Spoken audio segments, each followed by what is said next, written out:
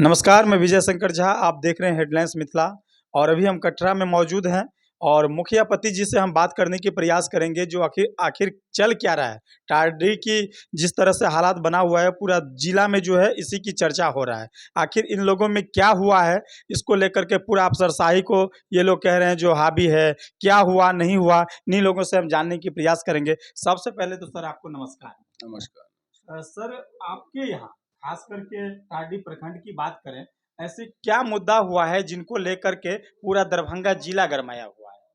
ये कोई मुद्दा नहीं है, ये बेअनाप शनाप बात है। यह सूची जो आवास का चर्चा हो रहा है, आवास में धांधली, आवास में नाम काटना, आवास में नाम जोड़ना, यह सब एकदम बेफालतू जैसे बात का हगामा खड़ा एक हो गया है। 2019 में एक बात बतला दीजिए, हंगामा कौन खड़ा किया है और क्यों किया है? हगामा खड़ा करने का बस एक ही है, जो यह मुद्दा है आवास। आवास में प्रमुख के पति राजकुमार झा का कहना है जो आवास जो अभी मिल रहा है, वह आवास में किसी चहेते का नाम दे रहे हैं, किसी व्यक्ति गरीब गुरबा का नाम काट रहे हैं।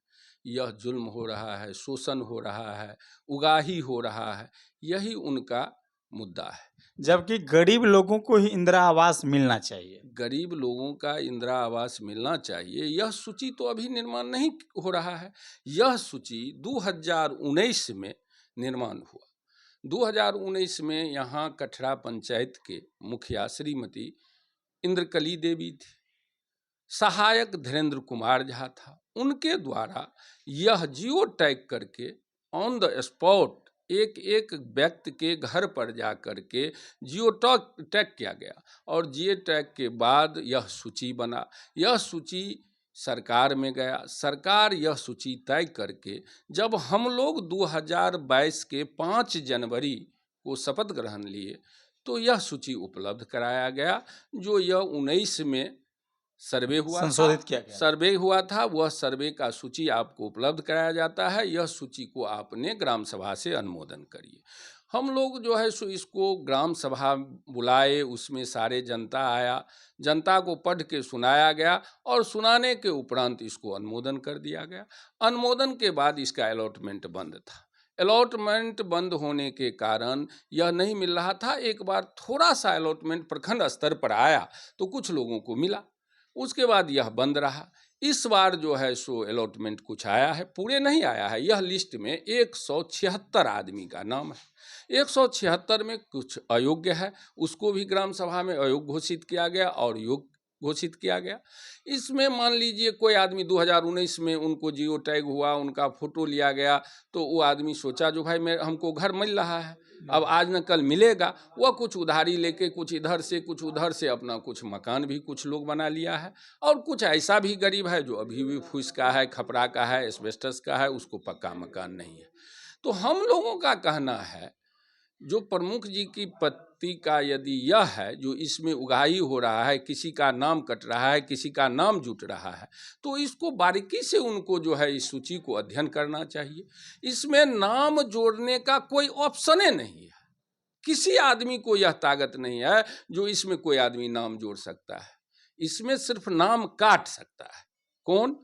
इंदिरा आवास सहायक, पर्यवेक्षक, प्रखंड विकास पदाधिकारी जो इसका जांच करेगा, लग जाए जो वो बहुत बड़ा पक्का मकान वाला है, लेने योग्य नहीं है, तो उस क्रमांक के संख्या उनको टिप्पणी करना होगा जो यह व्यक्ति लेने योग्य नहीं है, उसके बाद ही वह नीचा हो सकता है। 2001 से 11 तक भी हम मुखिया थे, अभी हमारी पत्नी कुमकुम देवी मुखिया है, लेकिन हम जब भी मुखिया थे तो बीपीएल से इंदिरा आवास मिलता था। उसमें भी बीपीएल में देखा जाता था जो यह क्रमांक संख्या 13 जो है सो बहुत अयोग्य लोग है, यह बहुत जमींदार है, मकान है, इनको नहीं मिलेगा। वहाँ टिप्पणी किया जाता था, उसको पुनः ग्राम सभा में अयोग्य घोषित किया जाता था, उसके बाद हम नीचा क्रमांक बढ़ सकते हैं।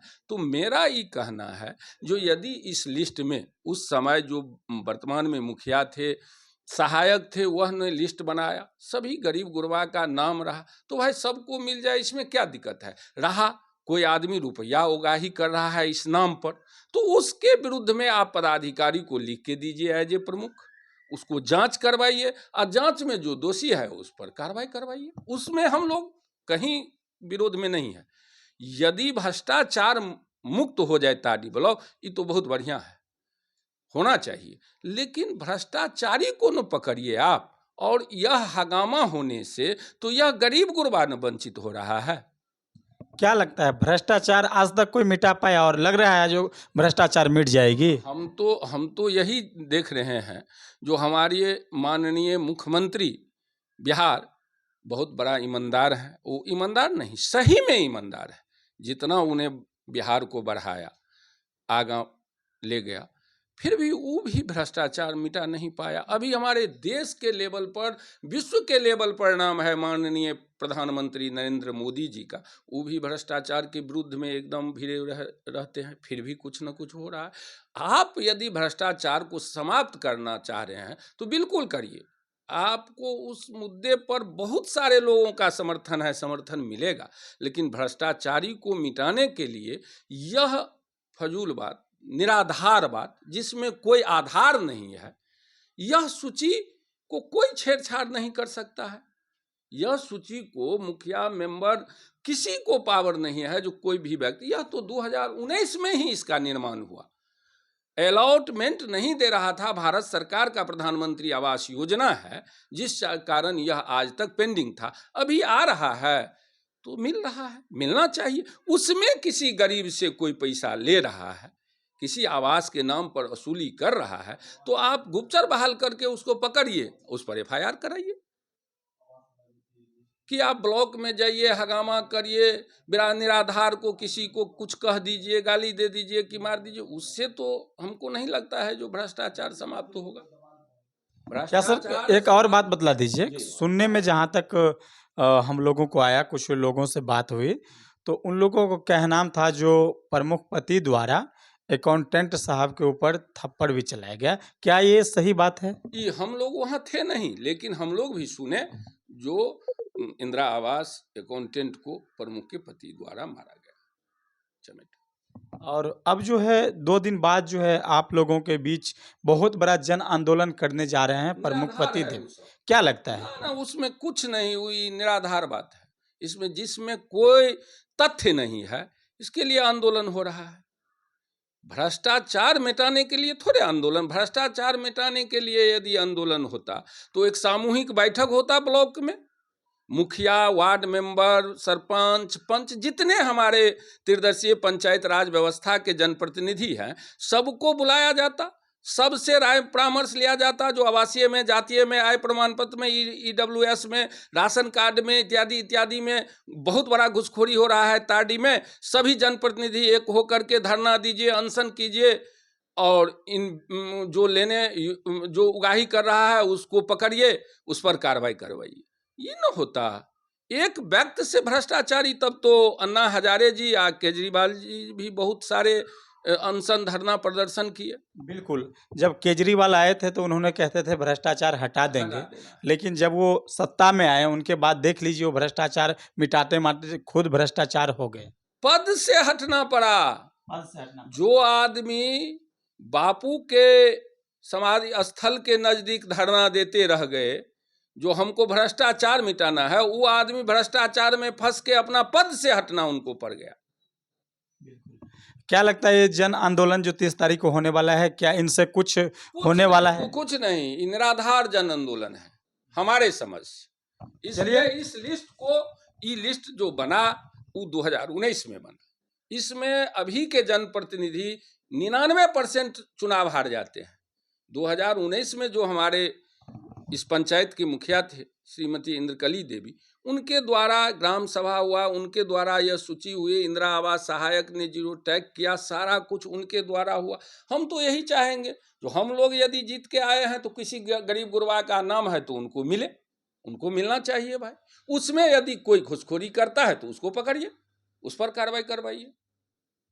तो अभी हमारे साथ मुखिया पतिदेव जी राजकुमार झा जी थे, जिनसे मुझे बात हुई। उन्होंने साफ साफ कह रहे थे अगर विवाद में चल रहा है तो उनका कारण मुख्य है इंदिरा आवास।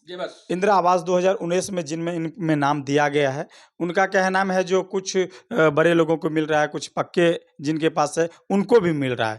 जबकि सर से बात हुई जो वर्तमान मुखिया जी हैं, इनका कहना है जो हमसे पहले जो मुखिया जी थे उनके द्वारा इस तरह की काम किया गया है।